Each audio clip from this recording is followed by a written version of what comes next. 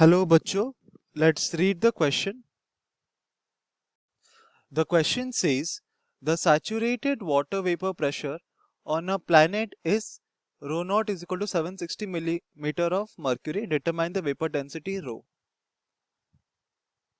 So इस question को solve करने के लिए हम जो की कॉन्सेप्ट यूज करेंगे वो होगा हमारा दैट हमें पता है कि on the surface of earth at a pressure of P is equal to 1 atm or 10 to the power 5 pascals at temperature of 100 degree Celsius or 373 Kelvin हमारा क्या होता है, वाटर बॉईल करता है.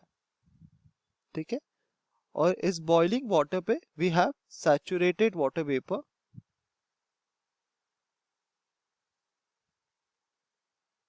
तो इसको हम मेंशन कर सकते हैं. तो ये जो कॉन्सेप्ट है, हम बेसिकली ये हम बताना चाहते हैं कि हमारा जो सैचुरेटेड वाटर वेपर फॉर्म्ड होता है वो on the surface of earth at a pressure of 1 atm and temperature of 373 kelvin हमारा सैचुरेटेड वाटर वेपर प्रेजेंट होता है, बनता है on the surface of earth. Similarly question में हमें कहा गया है कि वी हैव अ प्लैनेट जहां पर हमारा जो सैचुरेटेड वाटर वेपर बन रहा है which is being formed at a pressure of P not is equal to 760 millimetre of mercury, और हमें इसका वेपर डेंसिटी निकालना है रो. ठीक है, तो हमें पता है कि डेंसिटी जो होता है, density is equal to mass times volume. तो अगर हमको वॉल्यूम निकालना है तो ये हो जाएगा मास टाइम्स डेंसिटी. यहाँ पर जो मास है वो होगा मोलर मास वाटर का.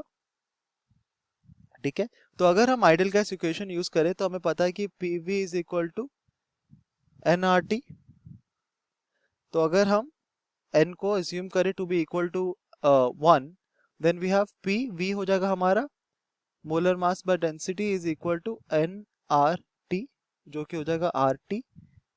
तो अगर हम रो को हमें रो अगर फाइंड आउट करना है तो ये जाएगा rho is equal to PM by RT. ठीक है, तो यहाँ पर जो P है वो तो P नॉट हो जाएगा. So we have P not multiplied by the molar mass of water. तो यहाँ पे लिख सकते हैं कैपिटल M जो है वो है हमारा मोलर मास ऑफ वाटर, और R है हमारा gas constant, and temperature T जो होगा वो होगा हमारा इक्वल टू 373 केल्विन, क्योंकि हमने यहाँ पर ऑब्जर्व किया था कि अगर हमारा सैचुरेटेड वाटर वेपर बन रहा है देन जो रिक्वायर्ड टेम्परेचर होता है वो होता है 373 केल्विन का. तो अगर हम सारे वैल्यूज पुट करेंगे तो रो हमको मिलेगा इज इक्वल टू 760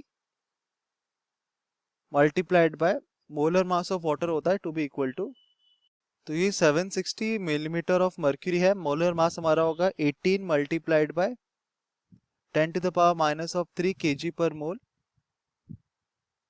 और ये हो जाएगा डिवाइडेड बाय हमारा गैस कांस्टेंट. तो ये हो जाएगा 373 kelvin multiplied by gas constant जो कि होता है इक्वल टू 8.314.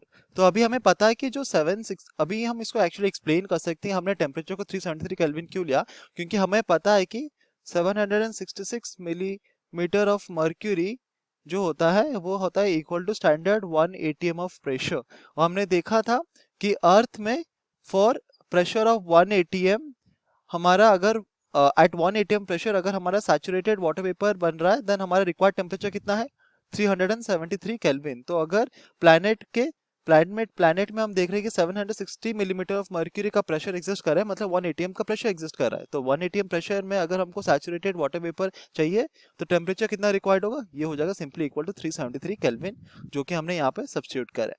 ठीक है, तो इसको अब हम लिख सकते हैं एज 1 atm.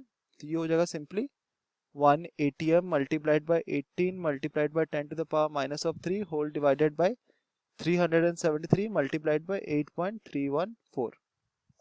और अगर इसको हम कैलकुलेट करेंगे तो हमको डेंसिटी का वैल्यू मिलेगा टू बी इक्वल टू 0.58 kg पर मीटर क्यूब. तो ये हो जाएगा हमारा required vapour density on the given planet. Hope you understood it well. Best of luck.